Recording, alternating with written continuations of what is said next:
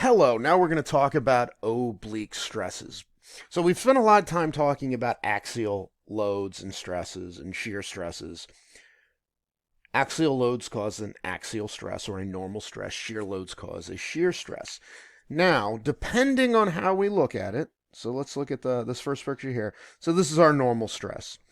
So we apply a load along here, we look at the cross-sectional area, and then we can see down here this load is balanced out by this force density, which you've been calling P over A is equal to sigma, is equal to our normal stress.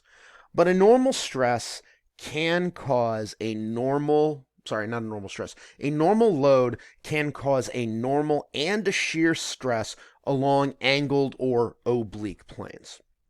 And let's take a look at how that happens. So let's say that we've got this situation here. So I've got a bar. We've got some angle that we're making the cut on the bar. Now this would come up, say, if you've got, say, like two pieces of wood and they're angled cut and you've spliced them together with some adhesive or whatnot, or some other situation like that. So you've got these two that this one piece that's cut into two. Now, I just want to point out, notice that we've got the vertical, we're measuring that angle theta from the vertical. And this is really important because our equations are going to be defined based on that. So if you have a situation where you're given the angle measured from another direction, like say that the angle's measured from here, this is the angle that you're going to want to find because you're going to need to know that for the equations that we're going to set up. Okay, so as we're looking at it, let's look down at this other picture now. Now we have the cut aspect of it. We still have a normal load that's being applied to that. But this load over here is normal. It's no longer normal here because it is at an angle. We can take this and break it up into a normal component, which we will call F, and we can break it into a shear component that we will call V. So now we have this idea where we do have a force normal to the surface, we do have a force shearing along the surface. And so if we look at it, that's kind of what it looks like. If we do the geometry, we know that this angle theta between P and F is going to be the same as our angle that we measured from the vertical. And that's just simple parallel, what was it, parallel lines theory, I think it was called. One other thing that we have to think about, though, is these forces are no longer being applied along the initial cross-section area. Because now that we've rotated our cut, we now have a slightly larger plane, because we do have a rotated plane also.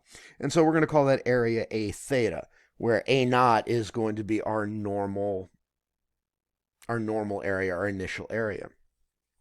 So now that we've got this and we've kind of defined that F is going to be our normal component of the axial force, V is going to be the shearing component of our axial force, it's time to flip to trigonometry and start taking a look at some of the stuff that we can do with things.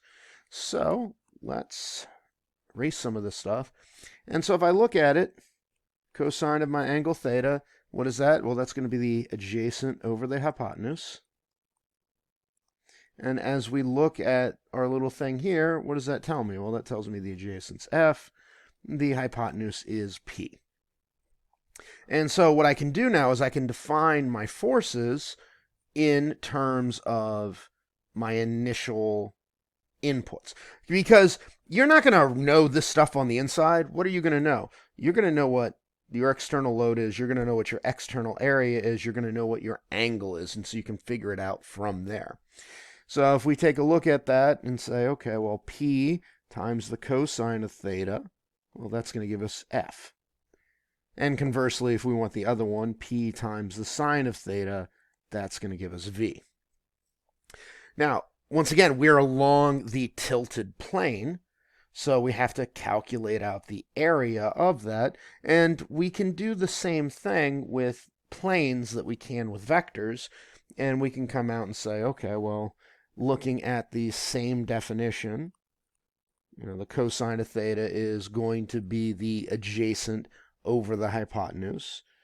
And so if we look at that, that would be A naught over A theta.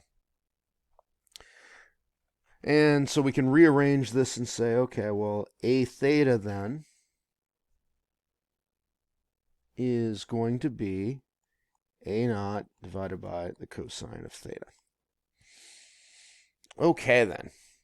So what are we going to do with this? Now we're just going to go right to our definitions. I know that my normal force, my normal stress, is going to be whatever F is over A theta. That's just straight from our definition. So if we go and we plug in for F, this cosine theta, and say, okay, well, that is P cosine theta.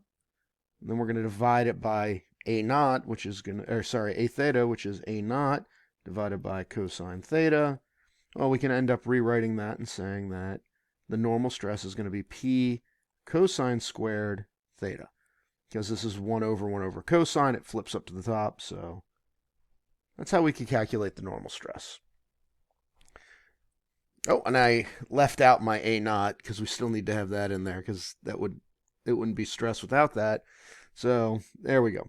So now we can find that stress with all the stuff that's given to us without having to piece apart the F and the V because we just dump it all into the equation. So we can do the same thing for theta. So theta is going to be our shear force over area. And so our shear force is going to be P sine theta divided by A naught over cosine theta. So that gives us a shear force of P sine theta cosine theta over A naught. And so there we go. A simple way to calculate out what the stresses on the oblique planes are, just by using the input material that we have from the initial external situation. If you have any questions, please let me know. Otherwise, I'll see you in the next video.